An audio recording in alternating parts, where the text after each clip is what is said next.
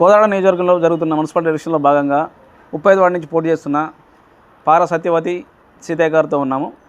Sir చెప్పండి, నమస్తే, welcome to ATV. నమస్కారం అండి. ఇప్పుడు మొత్తం మన దగ్గర ఉన్న 35 వార్డులు, 35 వార్డులో కాంగ్రెస్ పార్టీ ఎన్ని వార్డులు గెలుస్తుంది? 35 గెలుస్తాం. అంటే బీఆర్ఎస్ ప్రభావం ఏమి ఉండదంటారు? టీఆర్ఎస్ ప్రభావం ఏమి లేదు, నామ మాత్రమే.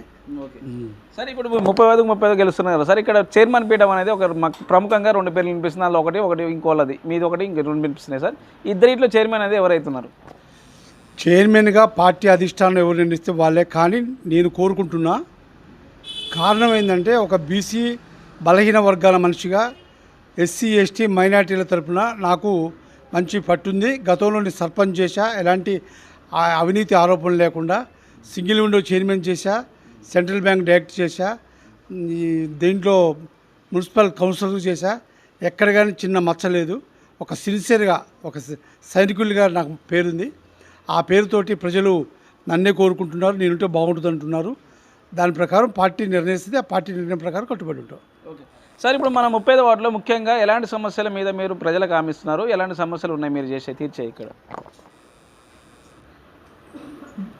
35వ వార్డులో బ్రదరు, నేను సర్పంచ్గా ఉన్నప్పుడే ఆ ఏరియాలో వాటర్ సప్లై స్కీమ్ పెట్టించా మా నాన్నగారి పేరుతోటి. పట్టాలు ఇప్పించా. ఎంత అస్తవ్యస్తంగా ఉంటే అందరికి పట్టాలు ఇప్పించా. ఇల్లు పట్ల ప్రతి మనిషికి మరుగుదొడ్ల సౌకర్యం కలిగించా. కరెంటు మీటర్లు ఇప్పించా, లైన్లు వేయించా. సర్పంచ్గా ఉన్నప్పుడు అన్నీ చేశా. రేషన్ కార్డు లేని వాళ్ళు లేరు. ఇప్పుడు ఆడ ప్రధాన సమస్య ఇందిరమ్మ ఇల్లది. తప్పకుండా గవర్నమెంట్ మంది ఉంది. ఒక డైనమిక్ మంత్రి గారు ఉన్నాడు, డైనమిక్ ఎమ్మెల్యే గారు ఉంది. కాబట్టి ఖచ్చితంగా మా వార్డులో సమస్యలన్నీ పరిష్కరించడానికి మా పద్మావతి గారు ఒకటే చెప్తున్నారు, మీరు తీసుకురండి వార్డులో సమస్యలు, ఏది ఉంటే అది చాలా యాక్టివ్గా నేను తీస్తానని చెప్తుంది. కాబట్టి ఈ వార్డులో ఉన్న సమస్యలు మ్యాక్సిమం కూడా మేడం ద్వారా, సార్ ద్వారా పరిష్కారం చేయడానికి సిద్ధంగా ఉన్నాం. అంటే సార్, మేము తిరిగేటప్పుడు అత్యధికంగా ప్రజలను అడిగి తెలిస్తే అత్యధికంగా ఎక్కువసారి చైర్మన్ పదవి వెలుకుందంటే పారా సత్యనారాయణ సీతయ్య గారు అని చెప్పారు. దీని పట్ల మీరేమని చెప్తారు సార్ ప్రజలకి? ప్రజలకు నా పట్ల ఉన్న ప్రేమ అది. ఎందుకంటే గత 40 ఏళ్ళుగా రాజకీయాలు చేస్తున్నా. ఎక్కడ చిన్న అవినీతి ఆరోపణ లేదు. ఎప్పుడూ ఎవరిని ఆశించేది లేదు. ₹1 ఎక్కడ ఆశించిన సంఘటనలు లేవు.